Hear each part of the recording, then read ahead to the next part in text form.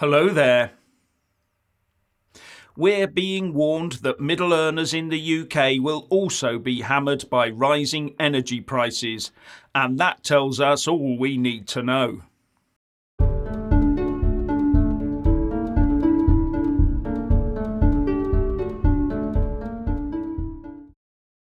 If you haven't already done so, please subscribe and then like and comment below. And why not buy a mug with my mug on it? So the UK Chancellor of the Exchequer, Nadhim Zahawi, has issued a warning that it's not just the poor but now middle earners who will also be hit hard by rising energy prices. In fact, he said that those on £45,000 a year will be badly affected. Now, as far as I know, the Institute for Fiscal Studies said that they use someone on the median wage as an example of someone on a middle income. And that would be something like 25,000 quid a year up to maybe 30 grand. So to include people on 45,000 does seem to stretch that definition a tad. But what it does show is that this is not a blip of a few weeks or even months, or something that will be over by Christmas or even next Christmas. The signal from this is that it's going to be a long haul, probably a permanent feature of our financial landscape. And further, if your household energy bill is 10% or more of your annual wage, you would traditionally have been defined as being in energy poverty. So if the cap goes up as predicted to £7,200 by the middle of next year, those on 72 grand a year would be in fuel poverty under that definition. But the government redefined fuel poverty for England back in 2013 to fuel poverty in England is measured using the Low Income, Low Energy Efficiency Indicator.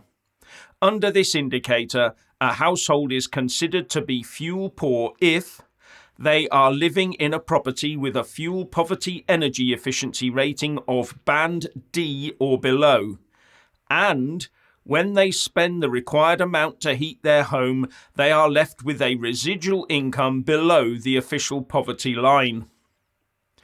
And UK households are considered to be below the poverty line if they're on an income of 60% below the median income after housing costs for that year. But it's important to note that if you live in a property with an energy efficiency of C or above, then you will never be considered as being in fuel poverty. And I do wonder if the amounts being handed out by government are designed to stop people hitting the definition of fuel poverty rather than really helping them. And that is a bit of a stupid definition as well, when you consider only homes that have been built, sold or rented out since 2012 are required to have an energy efficiency rating certificate. So if the government uses the definition of fuel poverty to dole out aid, then there will be many who could miss out anyway. Now, according to nationalworld.com, in February this year, there were 12.6 million homes in England alone in efficiency band D or below. That's 60% of all homes in England. Now, when energy costs rise, so do the prices of food, products and services, and that inevitably leads to more people being unable to afford the necessities of life. And that's called destitution.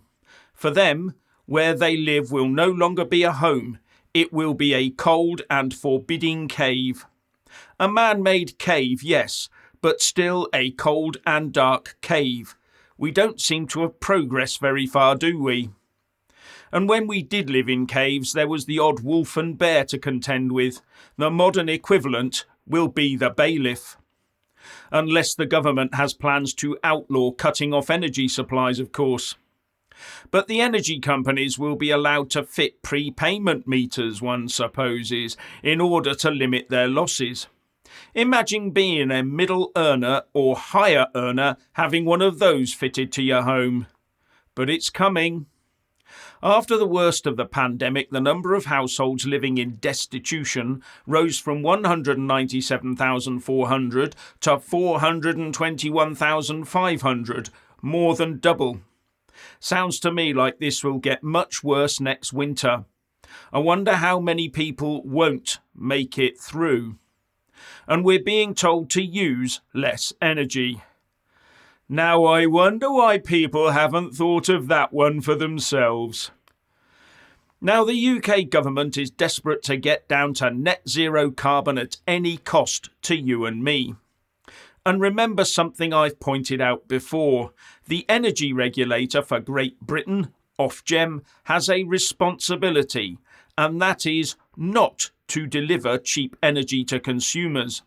No, they tell us they are responsible for working with government, industry and consumer groups to deliver a net zero economy at the lowest cost to consumers. And if that lowest cost to consumers turns out it has to be astronomically high by necessity to achieve net zero, then so be it. And look at what's happening right now. And I see no indication that this situation will change in any significant way. Not from what our two Tory leadership hopefuls have been saying anyway. They're just arguing over who they tax, how much more money they add to the national debt, and which marginal voters, poor people, they hand the money out to. And probably in private, they're praying for a mild winter. And it's not just household heating that's a problem. You may have missed it, but the UK's largest fertilizer manufacturing plant in Billingham will temporarily halt production. But it's not just the UK before someone says the word Brexit. For example, the world's largest fertilizer plant based in Norway will be cutting down to 50% production. And 2 plants in Poland are shutting down temporarily, all due to the rising cost of energy. And this will have huge ramification for the food and drinks industry. Politico.eu reported, fertilizer is not only vital for boosting crop soil fertility, but its production creates a byproduct, CO2 gas, which is used to add fizz to beer and soft drinks, supply hospitals for surgical procedures, and allow animals to be slaughtered humanely. Farmers, food manufacturers, and even pub landlords are therefore deeply worried about the wider implications of a looming fertilizer crunch. And it goes on to say that the 3rd largest brewer in Poland will be stopping production almost immediately, and many more are expected to follow suit. And the impact on agricultural yields will be severe.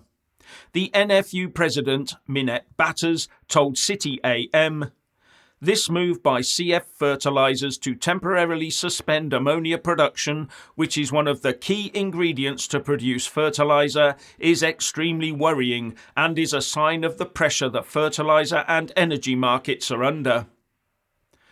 But the UK government thinks that we'll have 50 to 60% of normal CO2 supplies, enough for that required for the running of nuclear power plants and the medical supply chain, but that other users, including drink manufacturers, may experience some shortages, says City AM. But will there be sufficient for our lords and masters' necessary champers this Christmas? Seriously though, you'd think there was an active plan out there to dismantle the UK and the Western world, wouldn't you?